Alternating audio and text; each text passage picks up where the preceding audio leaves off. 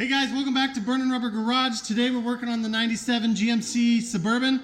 We're upgrading the brakes. The brakes are one thing that's always kind of bothered me with this vehicle. They've always been squishy, soft, just not super impressed with that. Let me show you what it's going to look like when it's done. I don't know if you can see in there too well. I'll get a light in there for you. But we got some drilled and slotted rotors. You can kind of see them. It looks really good. Brand new pads right there. Not a hard job. I'm going to show you how we did it on the other side. But I kind of wanted to show you. There's the C10 behind me. We'll be working on it again very, very, very soon. Here we go. This is the old rotor. I don't know if it even been replaced, but you can see it's kind of rusty, worn down. It actually doesn't look warped, but then again, it's probably all how you tilt your head anyways. So there's the old one. There's the new one. These are going to be a nice upgrade. We also have bled all the lines, but this front one. Here's the old pads. They were down quite a bit. Compared to the new pads, they've got quite a bit of life on them. Size-wise, it's hard to argue with that. One thing you're going to need, this is just an Allen head. This one is, where is my size? 3/8. So you can use that. You can use this style, whatever. You're going to need that to get the calipers off. And you're going to need a C-clamp. This is just a cheap Walmart $5 one. Nothing too fancy. You know, just enough to get by. Made in China, of course, which now with the taxes and everything, this would probably is going to go up more expensive. So anyways, this is the Z36 kit. This is the Extreme Truck and Tow. It came with this. I didn't get the calipers, and now I'm wishing I had. This kit is by Power Stop. You can get it off Rock Auto. You can get it off Amazon. Z36 Extreme Truck and Tow. Pads, everything you're going to need, grease and everything. So came with the rotors as well. I think the rotors look freaking amazing. So let's go ahead and get that tire off. Alright guys, what you're going to want to do is break these lugs loose. I already have. While it's on the ground, just get them to break, and then once you get it up, you can take them off like that. It'll be really nice. I am using a 7/8 to break it. I've only got 2 on here because I already did it, but if you break it on the ground, all 6 lugs, then you can jack it up and they'll come off a lot easier. Because depending on who put them on with an air gun or whatever, it can be a huge pain in the butt to get them off. And the last one's always going to be your pain because all the weight of the wheel's always hitting it. So, drop that one. Pull this off, wheel it to a safe spot. One thing I am regretting is not getting the calipers. They made some red calipers. It did add like $120 to the kit. So, let me show you what we're working with here. You'll notice on this is where you're going to bleed, right here. I should have turned the tire. This right here, this rubber, you can pull it off. The kit is going to give you new rubber to put on there. What you're going to be doing is taking this is that Allen head. Again, it's a 3/8. I don't know if you can see it because the lighting in this garage is crap. 3/8. You're going to stick it in the back here and then just start to break it loose. You've got one there and one down at the bottom. Once I get ready to do that, we'll go ahead and show you that. First, I want to bleed the brakes though, because I'm already in the mess. So we've done the far first, because whenever you're bleeding it, your master cylinder's right here, if you want to show them that. Where the fluid is right there. You want to do the farthest first, meaning far passenger side rear, because it's on this side. Driver's side rear. Passenger side front, and since it's right here, this is going to be the shortest distance. This is the one you want to do last. So this is the driver's side front, you want to do it last. This is a little stop. It's just kind of help catch it. We do have, I had a bleeder kit. This is what I've been using. Right here, it's nothing fancy. Funny enough is the front is a 10 millimeter and the rear was like a 5/16. So let me get my 10mm and we'll go ahead and get that popped. What you want to do is you'll have the person in the car push the brake 3-4 times, whatever. Push, push, push, hold. At that point, when they do this, break this loose. You'll see the fluid come out and go in here. They'll say it's on the floor. You'll tell them hold, lock this back up, let them release. And then pretty soon you'll see dark fluid coming out of here. And then eventually you'll see the brand new fluid you're putting in. One thing you want to always do is check your reservoir up there. If you run it dry, you're pumping air back in. And the main point of this, sorry, it's like 90 degrees still and it's like midnight. The main point of this is to get the air out of the line so you don't have those little bubbles and hiccups as you're driving. But you also want to see the new fluid come through. So if you run it dry, you're putting air back in it, you're going to have to pretty much start over. So with that getting said, let me grab the tool we're going to need for this, a 10mm, and I'll see if little Cammy here can film this fluid coming out and film the process for us. So we'll see in a second. All right, so I've shown you this before with the Camaro. Get your friend, your buddy, your wife, your girlfriend, your neighbor, whoever in the car. Let them push the brake. Go ahead and push it. You can definitely hear those rear brakes going. Crack this just a little bit and look at that fluid run. What you're looking for is air bubbles. And then they'll let you know when their pedal's clear to the floor. It may take a minute. The fronts are definitely bigger. Once they say okay, take this, crack it back tight. Okay, release. Pump again. Hold. Okay, so we're releasing that one. We got a lot of good fluid in here. I drained as much as I could prior. You can see the bottle slowly filling up. This fluid's actually pretty good. I'm looking for these little air bubbles right here. Let's go ahead and lock it. Let's do it one more time. 1, 2, make sure you're watching where you're filming there, buddy. 3, she's gonna hold. I'm gonna pop that open. And we are slowly coming through. To the floor yet?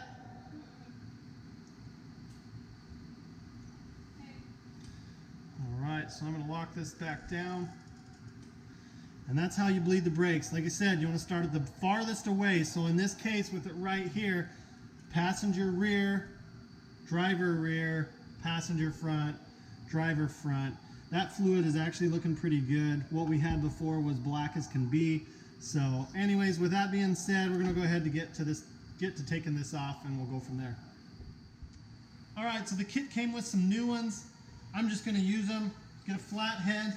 See if we can get in here with I just don't know where to hang this light so you guys will be able to see. Maybe I'll just have to stick it under there. Do some editing on that. Right here, I'm just going to take this, push it off.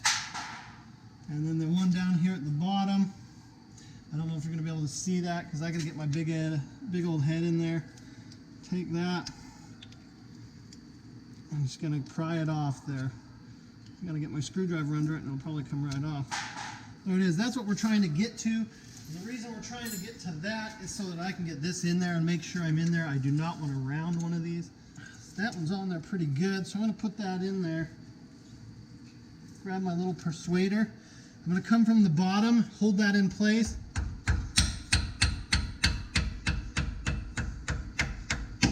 Now with that one loose, that's amazing. Problem is, you got to do it again. So I'm going to use that hand. Just break them loose. I don't know if these have ever been off, honestly. I find it hard to believe that these are the original pads, but you never know anymore. People don't like to do maintenance. So once they're broke loose, they're very easy to work with. When you pull these out, you may pull out the sleeve with it, which is fine. So you can see that sleeve right there, it's greased up. I'm going to keep the sleeve in for the most part.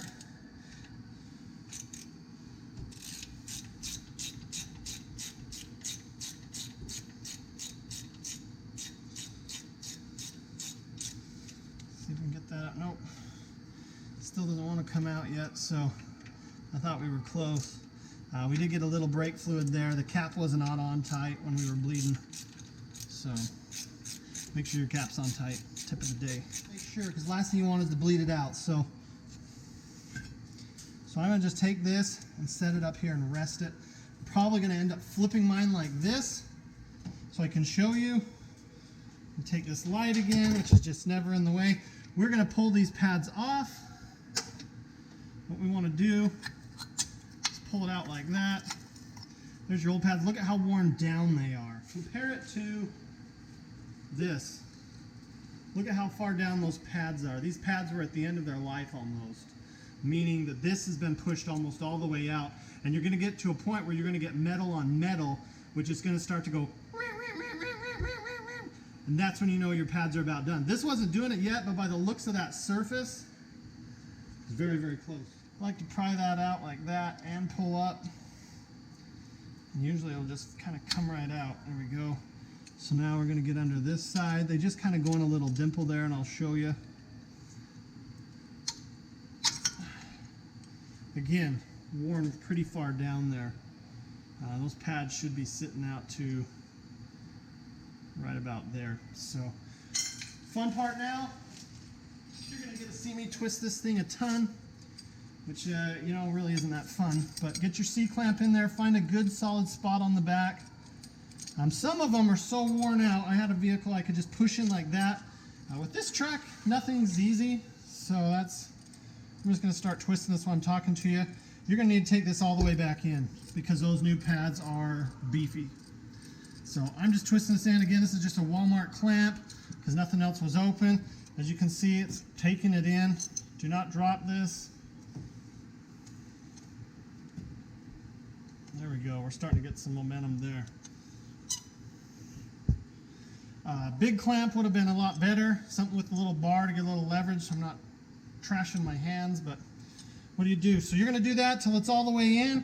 When I get to that point, I'll bring you guys back along. All right, so I got this cranked all the way down. You should get rid of that rubber piece there. What I'm doing here is opening this up. We went from, thanks Cam, we went from that pad and we're going to this pad. Look at the difference on those sizes. Can you see them okay with that camera?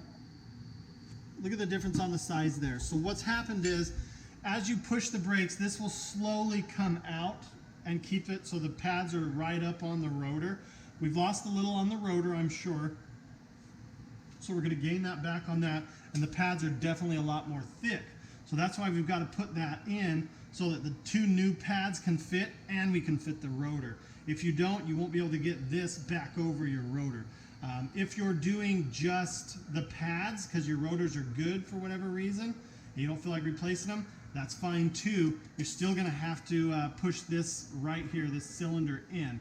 And on this, I've got it clamped on a piece on the outside, so find something solid. And this is just a solid piece of metal, so just clamp on the inside. I would recommend not getting this Walmart clamp. Get one with a longer bar so you don't have, so you can just kind of go like this and turn it. So with that being said here, we're going to clean the new rotor, take this one off, and put the new one on. All right, so a lot of times these new rotors will come with protective coating on them.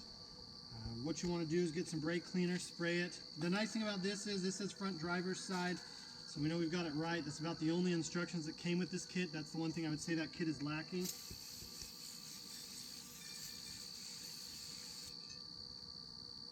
Try not to turn it too much because I don't want to scuff it up, but you don't want to get the whole thing cleaned off. Try not to get the stuff in your eyes. I'm just using a paper towel. All right, so with that, it feels a lot different. Let's go ahead and put these on. Took off that little protective coating. You know you did a good job when you took off most of the sticker. So with that, let's go get this set on here. Follow me up here.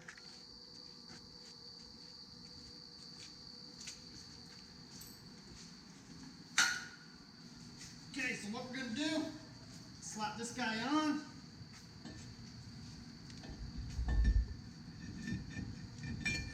And I tell you, what a difference that makes.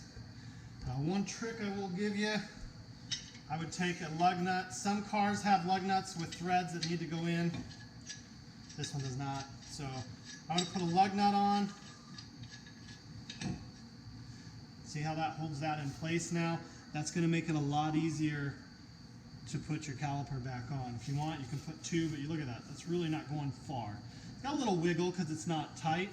All right, so you got 2 pads for this vehicle. One with what looks like a C-clamp, and the other's on its side with some dimples here. This one I like to put on second. So let's take this, and we're going to put this on like this. If you need to make it easier for yourself, you can look at it like that. We're going to take this and just push it down and in. That part's in.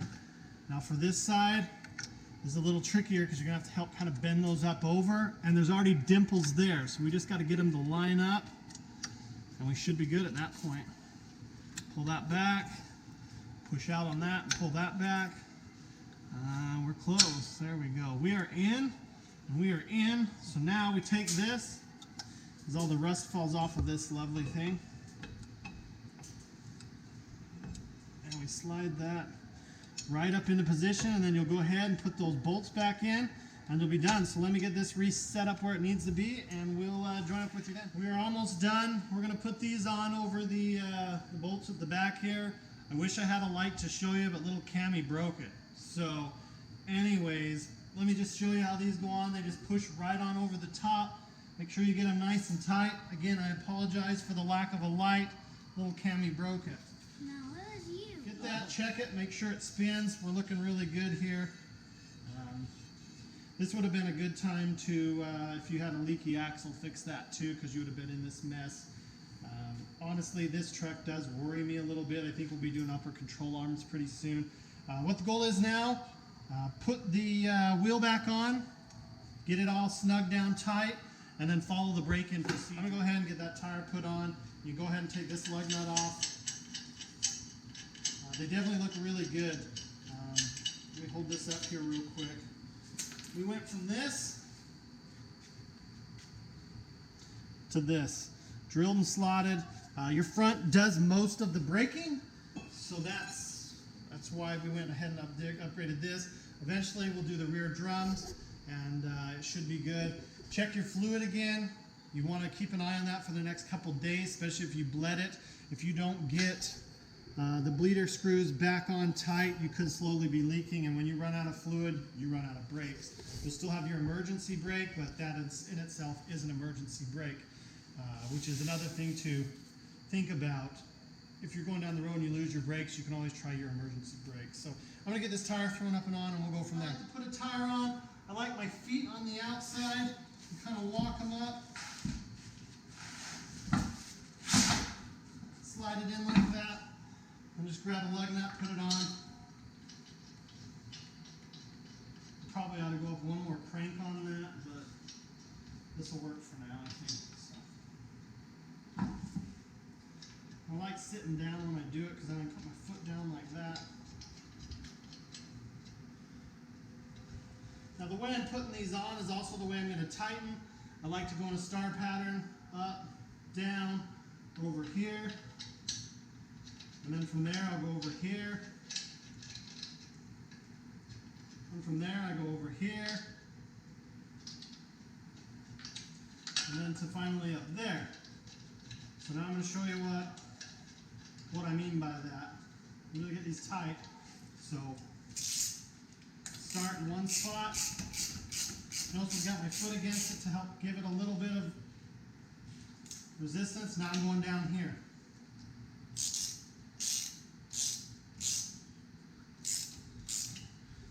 I can use that hand to help hold it.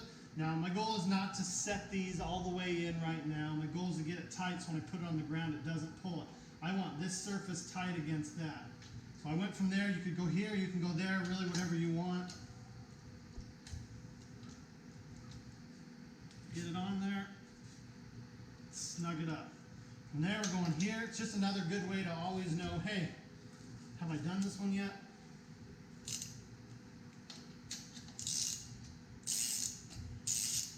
Now I'm going from there to here.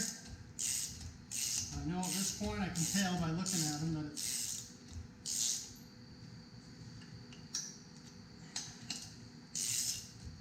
these last ones are going to be a lot looser because the wheel's actually been pulled up tight. Normally I just spin this thing around, but So that's on there. I imagine that would probably be tight enough to ride for a while. So what I'm going to do now, look out camo.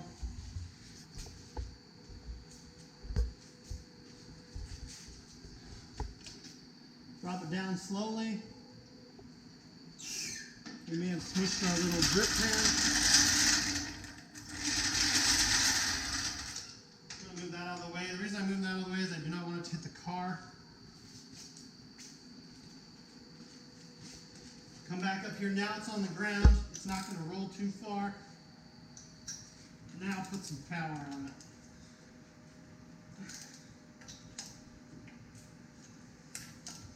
Again, keeping that star pattern. That one was pretty loose. So was this one. Now what I will do, I'll run around on this for a little bit, probably 50 miles, and I'll check them again. Again, on that one, it's a 7/8. Come back through and retorque these after about 50 to 100 miles. There you have it. You can see through there, see the nice little pads. You can see the rotors. We're going to go ahead and go break these in. We'll let you know how they do when we get back. All right, guys, it's been about a week since we put these on. They still look really good out here. Let's go ahead and take a peek. Break-in procedure is 5 stops, 40 to 10 aggressive, 5 stops, 35 to 5 moderate, and then drive around and let the brakes kind of cool without coming to a full stop, meaning if you gotta just roll through and not come to a complete stop while the traffic light's changing, that's what you got to do. They don't want you to stop unless you absolutely have to. That lets the brakes cool, the pads cool, and get back, and then that ungels them or something like that is what they were saying. So anyways, this was a good mod for this vehicle. The pedal used to be really squishy, pulsate quite a bit, so I'm not sure if bleeding the brakes or the pads and rotors made the biggest difference. Either way, we've got a lot more solid pedal feel. Vehicle feel is just a lot more predictable on what it's going to do. Definitely an upgrade worth doing for I think it was under 150 bucks. So take a look into these. We do have a lot of brake dust on here. Not sure what's up with that, if that's just from the break-in procedure or what.